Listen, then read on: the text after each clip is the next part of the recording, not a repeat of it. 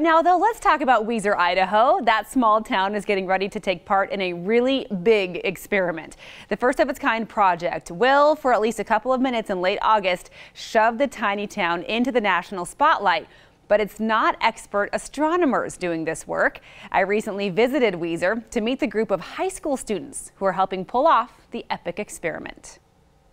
We do shots with different focuses, with different lights on the sun. Weiser High School senior Lainey Gibson has, in a way, always had her head in the clouds. When I was younger, I thought I wanted to be an astronomer, so I always tracked constellations and stuff. She's a science Olympiad competitor and junior vice president of the science club. So when she found out her tiny school had been recruited to be a part of a massive nationwide science project, Gibson jumped at the chance. And I've known about the eclipse for a while, but when she told me that we had a chance to be a part of it, I wanted to be like the first one on the list. So.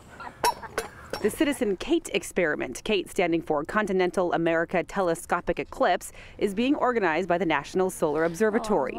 The group approached Weiser High about being one of dozens of sites across the country to gather images and data during the total solar eclipse on August 21st. Weiser sits directly in the path of totality, and science teacher Martin Heiner says it was an offer he couldn't refuse. We were in a prime location and they wanted us very badly, so we were recruited to be part of this, and we're happy to do it. The experiment revolves around a series of powerful telescopes like this one, which will be aimed directly at the sun during the eclipse, snapping pictures of the rare event.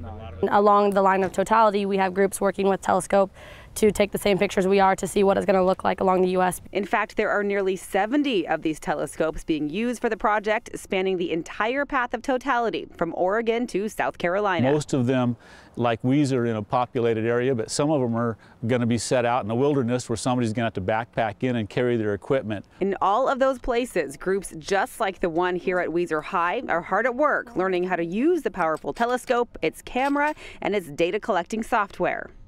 We check the drift and the alignment, and then we focus in on the sun, and then once we focus, we can start taking images of the sun through different exposures. On the day of the eclipse, Gibson and 4 fellow students will be responsible for lining up the telescope, removing its sun filter at the exact moment of totality, and then capturing hundreds of images during the very short time the moon completely covers the sun. We only have 2 minutes and 5 seconds to get this exact. The images captured in Weiser will then be combined with those from the other 67 telescopes across the country to create a continuous 90-minute movie of the solar corona, or the crown around the sun.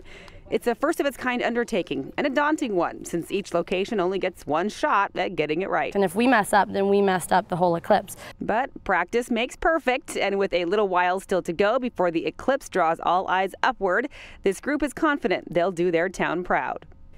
And I have no doubt they will. They are practicing really hard. So besides its direct spot in the eclipse's path of totality, Weiser was also chosen for this project because of its weather. Of all the locations in the path, Weiser actually has one of the best probabilities of a cloudless sky on that date in August. After the eclipse, by the way, the school gets to keep the telescope for future star, sun, and moon gazers.